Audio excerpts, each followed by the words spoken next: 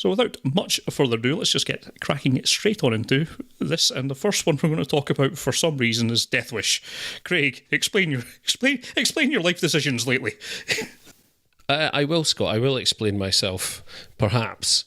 Of all the subgenres in cinema, there is one, the revenge thriller, which refuses to go away for any length of time, despite having had nothing new to offer in terms of narrative or character since sometime in the late 70s.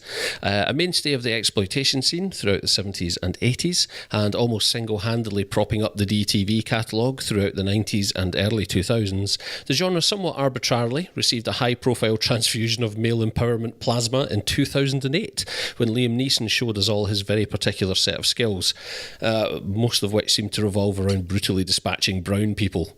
To this day, I'm amazed the Daily Mail never did a free DVD for every reader promo. Regardless of whether the popularity of Taken spawned largely from a simmering early 21st century distrust of immigrants, it totally did. It seemed to elevate the revenge movie's profile sufficiently to once more begin attracting big-name talent. And in the instance of Eli Roth's completely unnecessary recent Death Wish remake, that big name is Bruce Willis. Now, I know our Bruce has been slumming it a bit lately, and he and 50 Cent seem to have some sort of tax dodge going on regarding straight-to-on-demand action movies filmed in Eastern Europe, but his name can still draw some water, and it's notable that at this point in his career, unlike some of his peers, he seems to have accepted that his action credentials as a terrorist murdering machine are becoming somewhat tenuous. In the instance of Death Wish, Bruce is Dr. Kersey, a mild-mannered Chicago surgeon who deals daily with the city's currently rampant gun crime and murder rate, and whose wife and daughter are somewhat predictably assaulted during a break-in by violent thieves who scope out his wealth via a crooked car valet. Wife dead, daughter in coma, Kersey begins pursuing his options, most of which seem conveniently caught in the strainer of overwhelmed police department. Upper middle-aged murder machine it is, then! Internet research, the best kind of research, yields an interesting number of results relating to something called guns, though Kersey seems immediately dissuaded by the notion that those need to be registered. Not to worry, his next patient into theatre conveniently drops a Glock on the floor next to his bed. Yeah, that wasn't at all contrived. I'm not kidding. Did you watch this, Scott? Yeah. Oh, are you gaslighting me? Because I didn't. What follows is a predictable string of events, from training montage, given the modern spin of YouTube tutorials obviously, through clumsy, accident-prone first forays into murder, we've all been there, terminating quite literally in brazen vigilante massacres of crooked mechanics, far too laconic street pushers, and at some point the actual people responsible for killing Kersey's wife. Ah, the male empowerment fantasy is alive and well. Death Wish's crimes against intelligence are many, far too many to list here. But with a name like Roth's attached to the director's chair, a certain portion of this movie's audience will be expecting explicit gore to be rolled into the recipe. And the news is that there's a little bit, but still quite shocking and cringeworthy when it happens. Oddly for Roth, however, he seems to refuse to go all in, and this is one of the movie's biggest issues. I'm not particularly looking for the gore, but fence-sitting on whether or not it is a shock vehicle, a thriller, or at times a comedy, Death Wish commits the ultimate sin of being nothing in particular, and whatever message it presumably wants to pretend it has gets lost in an awful lot of disorganised chaos. Of all the crimes we must trudge through here, Joe Carnahan's script perhaps deserves the longest sentence. I've read numerous takes since watching the movie, many of which accuse Death Wish of being, quote, the wrong film at the wrong time. Most notably, Jake Cole of Slant magazine offering the observation that, at a time when Americans are being subjected so overtly to police brutality, this movie suggests that they are not being brutal enough. I don't necessarily buy that. When have America's police departments ever not been accused of disproportionate force? Certainly not since the vigilante revenge movie was popularised. And I prefer to think of it as the wrong film at any time, if only because it serves no purpose other than to sustain the bizarrely perverted macho fantasy of imagining one's own family murdered as a gateway to being subsequently legitimised as a murderer oneself. There are moments where the movie feels as though it may at least be about to have the good grace to establish a darkly comic tone, something Roth set out as a stall as far back as Cabin Fever, and perhaps one of his few discernible bona fide talents as a director. But there is simply no commitment, and moments such as a bowling ball store that Height braining an antagonist at an otherwise impossible juncture for Kersey just end up looking like ridiculous Deus Ex Machina. It's an incompetence in keeping with the characters as they're written. Police following Kersey's murderous spree seem to stumble on clues like farts in the wind. One of the big breaks comes when Detective Rains, leading the investigation, witnesses some kids in the background of a crime scene reenacting Kersey's shooting. The kid enacting Kersey's role is using his left hand. His left hand! The guy in that first viral vigilante video was a lefty. That's what murder-homicide police work looks like in this movie. So in some ways, I guess I sympathise with Kersey and his desire to run rampage, at least in a fantastical sense. A shame then that the film seems so intent in rooting itself firmly in the here and now, roping in actual Chicago radio DJs to offer such insightful commentary as vigilante good and vigilante bad in between set pieces in a ridiculously literal effort at social commentary. In terms of sympathy for the cast, I feel most sorry for Dean Norris, the inept Detective Rains in question, who seems to spend much of his time shrugging at everything rather than detecting anything.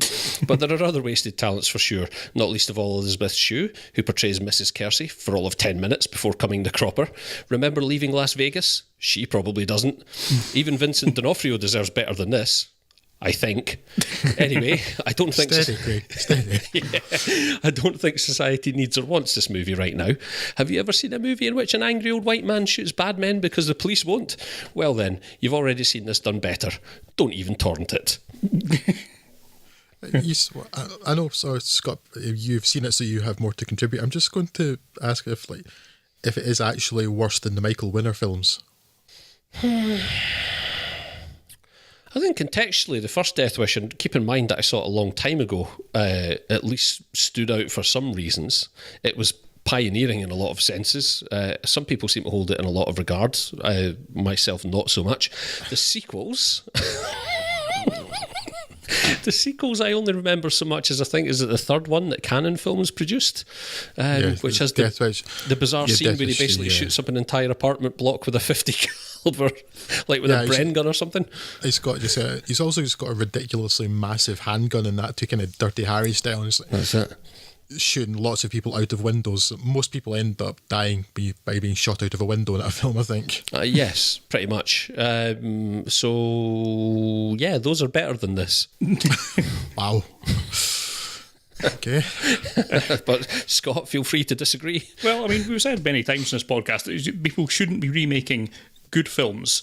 They should remake bad films and do them better. So this is listened to about half of that, because the first Death Wish was terrible, and this is about as bad. Look, I say I watched this. I was in a room where it was on, where I was distracted by pretty much anything else. There is not a lot of reasons to pay any attention to this film, and that's probably the content with which it deserves. I don't think about anything more to say. It is a stupid film, and I feel dumber for watching it. Can I offer this summation for anyone who may be in two minds? Drew, this film climaxes with the bad guy coming a cropper at the hands of Bruce Willis, armed with tactical assault furniture. Is that a new IKEA range? I'm not going to say any more than that. I'm actually worried I might have piqued your interest now. No, you don't have to worry about that, Greg. I was not in two minds at all.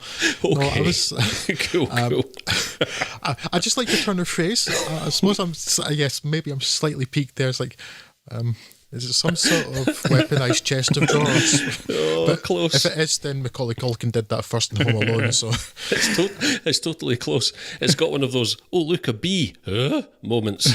Yes, at which point I really care about the millions of bee moments really in this podcast. Yes, but then someone Bruce Willis enables some tactical assault furniture and thus climaxes the movie. Does he hit someone over the head with a chair? Are you just building this up too much to make me watch this? No, I wish I was. But yes, there you go. It's frustrating because Joe Carnahan, I always remember him as being, he's the guy that wrote Narc. Yes. And directed Narc. Yes. And then unfortunately went on to make Smoking Aces. And the closest. Pride and Glory and Smoking Aces too. And really, the only claim he's got even remotely close was The Grey, which was an all right film. Yeah. But yeah, he's one of these people who I will continue to give chances on based on something. Somehow, maybe it'll be another film that's as good as Narc. And thus far, that faith has not really been rewarded. No. Yeah, it's and certainly this goes no way whatsoever towards restoring faith in him. And yeah, it's just not worth your time or anyone else's.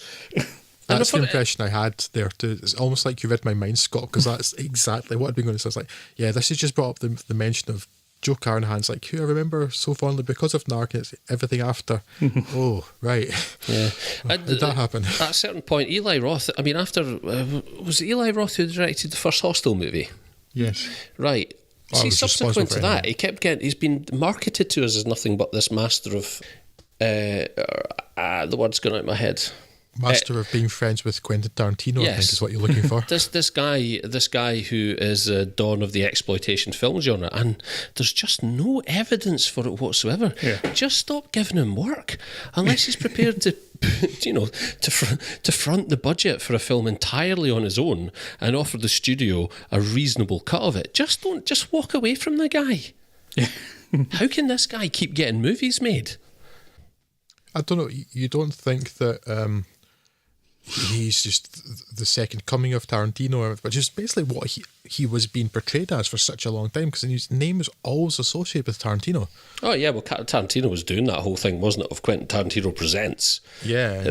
Quentin Tarantino's own replacement. Yeah, this bizarre sort of desire for this guy to be the next him. And as much as I can remember, as an actor, he's passable enough. I mean, I didn't like Inglourious Basterds all that much, but I think he was passable enough, and he's got a kind of... he's quite a good-looking guy, and he's got that kind of physicality. And for certain roles, he works well enough. But as a filmmaker, no, not at all, not at all. But there you go. We've wasted enough oxygen on this. Yes, we have. He says with the authority and smugness of someone who didn't watch this.